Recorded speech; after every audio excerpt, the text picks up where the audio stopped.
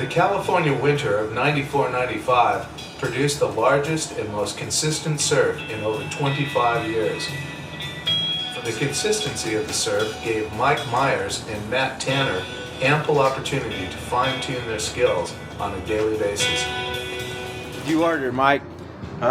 It's the pork chop. It's a very large pork chop with garlic mashed potatoes and Brussels sprouts. Just grilled Brussels sprouts, and then some kind of raspberry sauce with. There's actually like a blueberry. Oh my god! What year did you go to Fiji? Probably 98.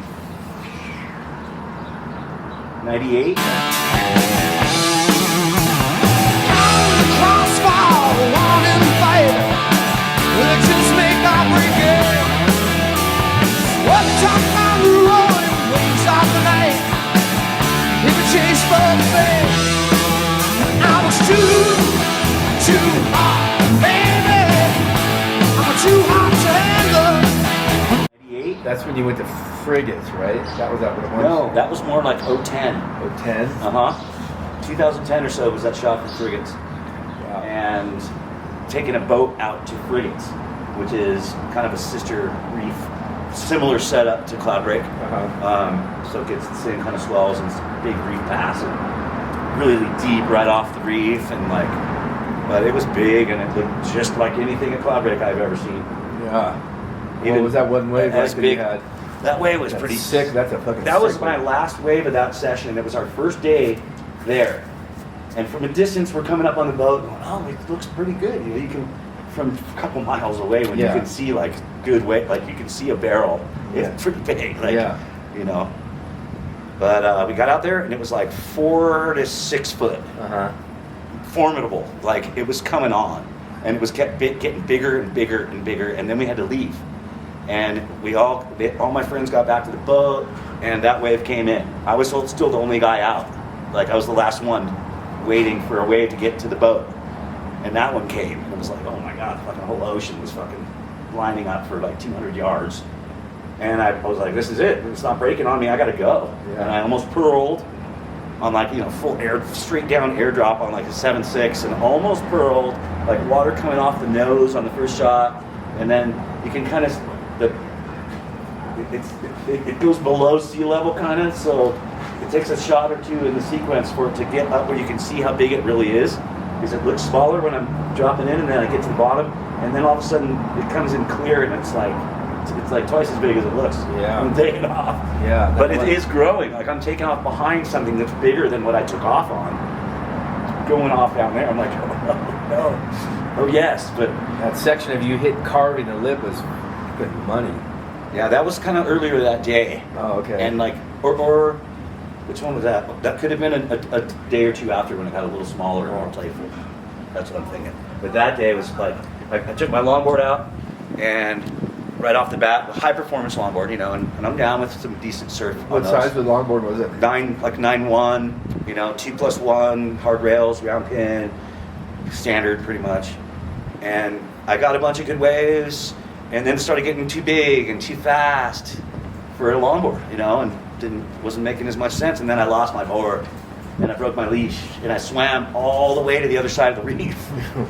Like the boat didn't come help me. I just got washed across, probably a quarter mile across this, not hitting bottom though, but like just getting in it, on the reef, and just trying to stay shallow.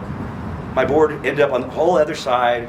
I got all the way to it. It took me about 25 minutes to paddle all the way back out to the boat.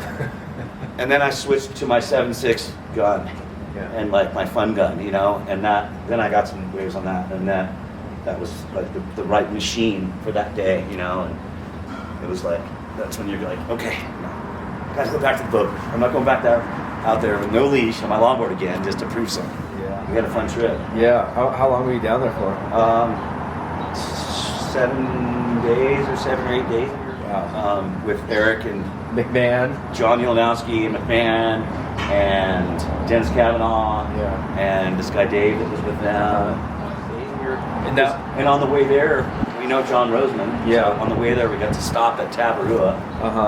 and you can, if you can do it, if the people, you got to show up on the transfer day, which is like a Saturday, I believe, and people are leaving and people are arriving. So it's the only time you can kind of get a window to maybe get out there and not infringe on the guests' club break. You know, like it used to be exclusive, but now it's not. But it's still like they don't want people just landing on the island that aren't paying to stay there and surfing. It's just So we'd go in and we'd sign this little waiver, paid $10 a piece, and signed a waiver, and we got to go out and surf cloud break for a few hours. And what was that like? And that was like en route to our Fiji connection. So we just went to cloud break first, and then Was Frigates bigger than? it was bigger than what we saw at cloud break on that trip. Yeah, And that cloud break was 4 feet. You know, 4 or 5 feet was like big enough for your. When you just got off the plane for almost 2 days, and you're all tight and whiny, you know, and white skinned, and all of a sudden it's like cloud breaks throwing over. I love it. Well, yeah, I guess it was probably Blazing Longboards, or maybe a little before that from selected friends or something, that I got like a nickname, The Animal, or I was just kind of bonsai, longboard, pain in the ass. But people loved me in a certain way too, I think, and that's so I just took that part of it and took it as far as I could. And with the Iron Cross guys, the longboard company that I was with, you know, that was kind of something they used in some of the ads and things. So it kind of stuck, and it's fun. Yeah, so that's kind of stuck in the surfing world and just in like kind of life in general and different things, and kind of the way that I go after a turn. If I'm going to go do a turn, I'm not going to just look a turn. I'm going to freaking lay it down. Yeah. You know, pull some animal instinct out of my quads.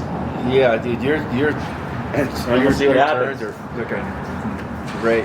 There's one turn in particular I remember of you. I was walking down Bon Air Street, and it was like some morning when it was really good, and I remember it like it was yesterday. It was just, you know, it's a cool view from Bon Air at Windansea too. If you're looking, if you're standing in the middle of the street in Bon Air, looking at Windan, you're kind of looking over the bushes, and if it's good, you can see the peak break over the bushes and see stuff happen. But then it kind of goes off. You kind of lose it. But at the peak, when it really goes, you can see it from there in the street. And I was like right down the street, you know, a ways, and there was this perfect left, and it was a glassy summer morning, and you were on this board and just laid this turn down. On a longie or it was a whatever kind of board. It was kind of like a, you know, it was like 880. I'm a foam advocate. You know, I like foam. I like more. Blazing Longboards was a movie that we did, and it was really cool to go overstay with Chris Bystrom. He did Blazing Board, and so he already had kind of a name and stuff. And the Iron Cross guys were cool with that and wanted to send me over there, and that was a really fun trip. Where'd you get your best waves at? Oh man, probably Burley Heads. Burley Heads was probably the best waves we got. We got Snapper really good too and stuff. Currumbin, another place that we got really good, and got to stay with really cool people and meet locals. It was really, it was a really cool time.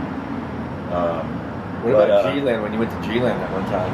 G-Land, I got to go do just for one trip, you know, for like 10 days or 12 days, whatever we did. And it was really crowded. When like the first day we got there and pretty big.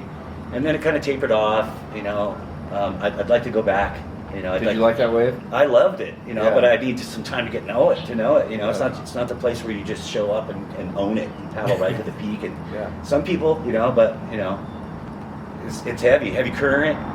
You know, a lot of water moving way away from you, way down the line, and you know, just getting to know it would take a lot of time. You know, like just go be a boatman. Yeah. And you know, that seemed like the guys that were getting the best waves and having the most fun with the boatmen that knew the place and really like surfing every day. You know, and they could ride it like a fishy kind of hybrid something instead of like a regular shortboard. They could just own it on it. You know, not have to be struggling, paddling to get stuff. I mean, I'm not really that down with tiny boards anyways for me, you know. I mean, I know that's the best thing and the fastest thing and whatever, but I've always had more foam and I've always just enjoyed it. I was too hard.